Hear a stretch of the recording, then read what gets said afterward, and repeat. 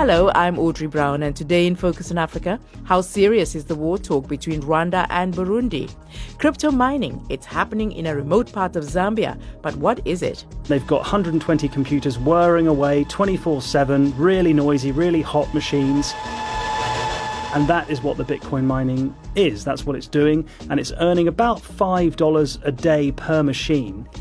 And from Ghana, the maker of a much accoladed film, Blinded by the Lights, on harnessing the power of animation to bring about social change. Animation has always been a great tool for political and social change. Walt Disney used animation in the same light before the studio became a full-time entertainment company. Even the godfather of animation in Africa, Alassane from Sudan, also used animation in the same light in pushing social awareness. It's Wednesday, the 26th of March.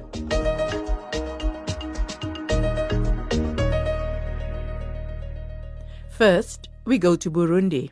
Burundi's President Evariste Ndayishimiye has told the BBC he has seen credible intelligence, and that's a quote, that Rwanda plans to attack his country. We don't have anything to ask to Rwanda. I asked him, tell us what the problem Burundi caused to you so that we can dissolve it with dialogue. They don't say anything. They have a bad plan.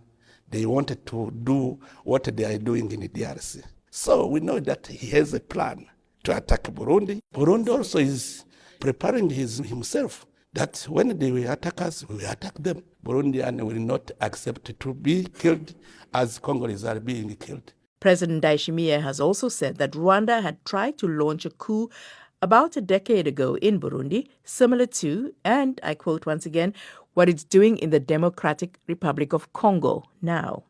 Rwanda has already hit back, calling the president's comments surprising and insisting that the two neighbors are cooperating on security plans for their shared border, which has been shut for over a year. Rwanda has been involved in a war in the Democratic Republic of Congo for several years now, but always denied arming and backing the M23 rebel group, which has recently seized large parts of the eastern DRC. For the first time, this time around, Rwanda admitted being on Congolese soil. Presidents Kagame and Tshisekedi declared a ceasefire last week in a deal brokered by Qatar. President Ndayishimiye accuses its neighbor, Rwanda, of arming a group called Red Taraba, which he says is a proxy force similar to the M23 to destabilize Burundi. The Rwanda-Burundi border remains closed long after Red Taraba rebels carried out several attacks on Burundian soil. Now, this region, called the Great Lakes region, has been seized by a conflict in the DRC, which has forced many hundreds of thousands of people to flee the violence, some of them crossing the border into Burundi.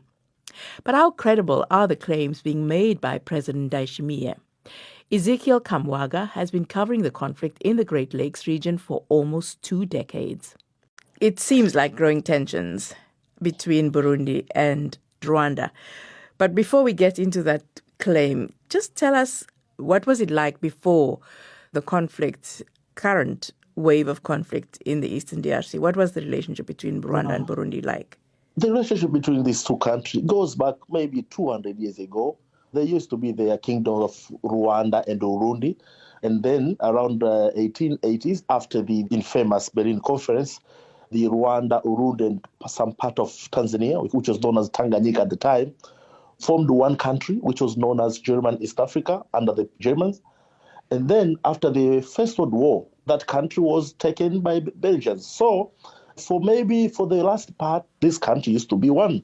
And then between 1919, up to independence, 1960s, this country were known as Rwanda, Burundi, under the Belgians. So they were one country. They speak one language.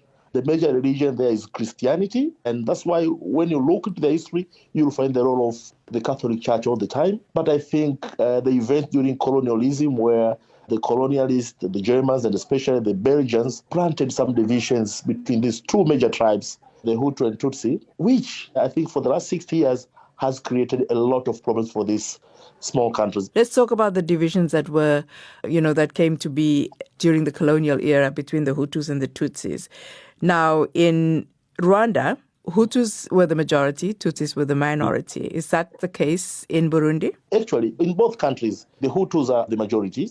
And in Burundi, it is 85%, 14%. It's a huge majority. So when did Burundi and Rwanda become sort of enemies? And why did they become sort of enemies? I take two major political events that happened in the last 65 years.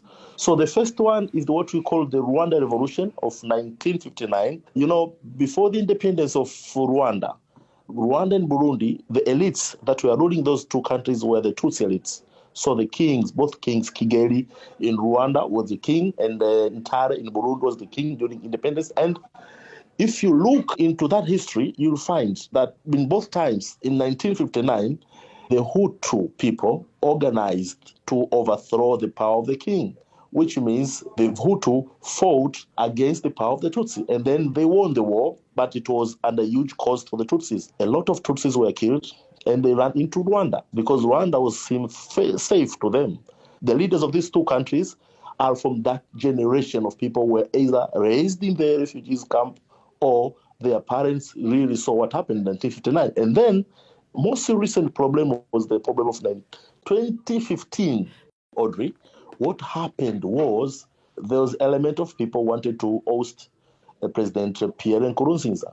And some of the leaders of that coup managed to escape. Some of them were caught. So part of the problem goes back to, the second bit goes back to 2015. Yeah, yes. Right. So that was the origin. And Rwanda has some of those coup leaders. Rwanda has them, and Burundi is accusing Rwanda of hosting people who wanted to overthrow their government. So Burundi wants them back. This is the problem that is persisting today. They will talk about a lot of other things, but I think the major issue now is on the issue of those coup plotters who are still in Rwanda now. And now the problem is the border between Rwanda and Burundi is closed and has been closed for over a year. Yeah. How has Burundi been dealing with the conflict in the east of the DRC so far?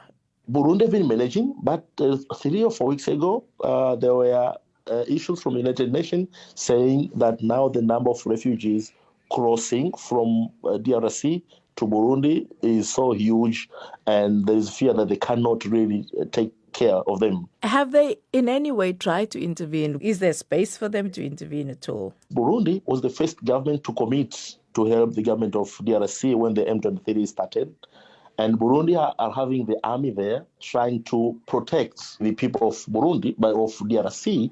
But everybody knows the Burundi army is there to protect the border in the South Kivu area, which is near Burundi, because they believe those people who are known as Red Tabara, the rebel group, their intention is to get into Burundi. So Burundi is in the DRC trying to help the government of DRC, but their issue is to protect themselves from the attack because they know the Red Tabara, maybe their end game is to get into Burundi and topple the government. 2 or 3 times I've heard the president of Burundi speaking about that within the confines of the East African community. But I think maybe he's feeling like his prayers are falling into deaf ears because Rwanda has always denied involvement in the internal matters of Burundi. Yeah, and in fact, Rwanda says of this accusation now that they're surprised. But do you think that Rwanda could actually go to war with Burundi, could actually launch this attempt, try and complete the coup, that attempt of 2015, which is what Burundi is accusing Rwanda of being involved in? What I'm learning today, Audrey, in this world is that the thing that we said will never happen or has never happened before happens all the time. Nobody knew that perhaps we'll see a war between Russia and Ukraine now, but we're seeing the war now. And Rwanda and Burundi, they've been maybe in war of words all of this time, but to see a general, because this Evariste Ndayishimiye, who is the president of Burundi, is a general. And my experience with the warmen or the soldiers is that they don't really like to talk about war, talk about killing or whatever it is, because maybe they've been through a lot. They don't like wars. But when you see a general talking about being ready to go to war, talking about having enough intelligence to say Rwanda is coming for us, or to say, we will not be slaughtered like the people in DRC, you feel like there is something in here. So I will not say I see the war. As long as people are talking or leaders are talking, you can avoid the war. But now, after hearing the president of Burundi saying what he's just saying, I believe anything can happen now. Why would Rwanda attack Burundi, though? What do you think is the objective they'd be wanting to achieve? If Rwanda wants to go to war with Burundi, I don't think that falls into Rwanda, because Burundi sent its soldiers in DRC to make Rwanda's forces occupied in the war there, so that you can forget about Burundi. And I was thinking these two countries will only fight through proxies. I was not thinking these two countries will go to war, but I don't think, to be honest, that Rwanda intends to attack Burundi now. Because Rwanda is already occupied with issue in DRC. Its commander of special forces is already being sanctioned by the EU. You know, I hear a lot of voices now from the EU, from the United States about what is going on in DRC. I don't think Rwanda now is in a position to go to war with Burundi. I don't see a reason. But the countries have not been on great terms for at least 60 years now. Do you see this as an escalation, or do you think that they will pull back? This is an escalation, and I feel like, sometimes if you are president of Burundi, if you are